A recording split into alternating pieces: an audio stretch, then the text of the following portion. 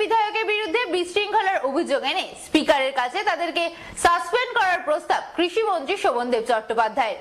তারপর সাংবাদিকদের মুখোমুখি হয়ে কি বলেছেন তিনি শুনে নেব। একটা সময় দেখা গেল যে বিরোধী দলনেতা তিনি বেরিয়ে যাচ্ছিলেন, তারপর আপনার সঙ্গে কোনো একটা ইশারায় কিছু একটা হলো এবং তারপরেই দেখা গেল যে সেক্ষেত্রে উনি আবার ফেরত চলে এলেন। কি হয়েছিল বিষয়টা? কিছুই না, ওরা যখন বেরিয়ে যাচ্ছিল তখন স্লোগান দিতে দিতে তখন আমি বলছিলাম চলে যাচ্ছেন, প্রত্যেক দিনই ওরা চলে যায় এবং এই হাউসটা ওরা প্র্যাকটিক্যালি করেনি, কোনোভাবেই করেনি। প্রত্যেক দিনই কোনো না কোনো স্লোগান দিয়ে বেরিয়ে গেছে এবং বিধানসভাকে ডিস্টার্ব করেছে। তখন চলে ইশারা করতে ও আবার ঢুকে পড়লো এবং তখন এসে ওরা ওয়েলে বসে পড়লো। এই সম্পূর্ণ এই যা যা করলো, চিৎকার চেঁচামেচি, স্পিকার বলতে দেওয়া সত্ত্বেও চিৎকার চেঁচামেচি, তারপরে আবার কি বলে হাউস থেকে বিক্ষোভ, কাগজ ছিঁড়তে বারণ করলো, কাগজ ছিঁড়ে উড়িয়ে দিচ্ছিল, সবগুলোই পরপর আইনত মানে অন্যায়, বিধানসভার আইনের বিরুদ্ধে।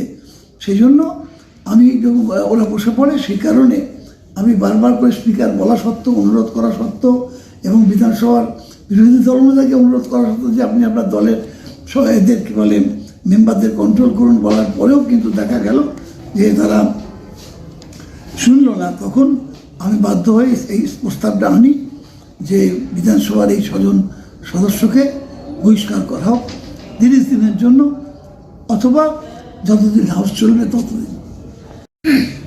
আজকে আপনি শুভেন্দু অধিকারী সহ আরও 6 জন, মোট 6 জনের বিরুদ্ধে একটা প্রস্তাব আনলেন। কি সেই প্রস্তাব?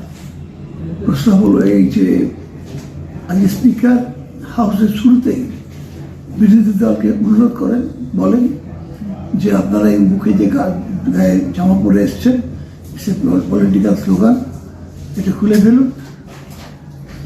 ওরা খুলে ফেলতে রাজি হয় না, ওরা স্লোগান দিতে থাকে এবং স্লোগান দেওয়ার সময় ওরা কাগজগুলো ছিঁড়ে ওড়াচ্ছিল।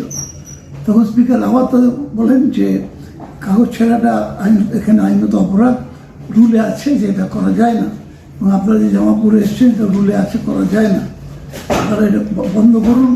এবং বারবার করে তিনি বিরোধী দলনেতাকে অনুরোধ করতে থাকেন যে আপনি আপনার সহকর্মীদের বা আপনার যারা মেম্বার তাদেরকে কন্ট্রোল করুন, তারা যে বিশৃঙ্খলা করছে সেটা বন্ধ করুন।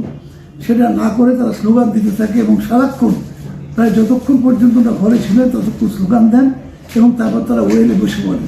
এবং ওয়েলে বসে পড়াটাও এখন আইনত মানে সিদ্ধ নয়, আইন বিরুদ্ধ। তা সত্ত্বেও তারা বসে পড়েন।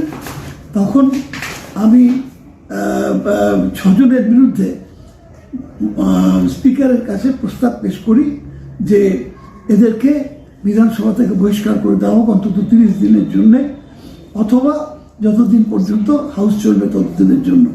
আমি এই 6 জনের নামে প্রস্তাব করি এবং এদের যে অঙ্গভঙ্গি, এদের যে সমস্ত বিশৃঙ্খলা, কাগজ উড়িয়ে দেওয়া, বারবার করে সমস্ত সরকারি সম্পত্তি নষ্ট করার যে চেষ্টা, এটার বিরুদ্ধে শ্রী শুভেন্দু অধিকারী, শ্রীমতী অগ্নিমিত্রা পাল, তাপসী মণ্ডল, শ্রীমতী তাপসী মণ্ডল, শ্রী বঙ্কিম ঘোষ, শ্রী বীর গোস্বামী, শ্রী শঙ্কর ঘোষ, এই কজনের বিরুদ্ধে আমি এদেরকে হাউস থেকে বহিষ্কারের জন্য প্রস্তাব করি।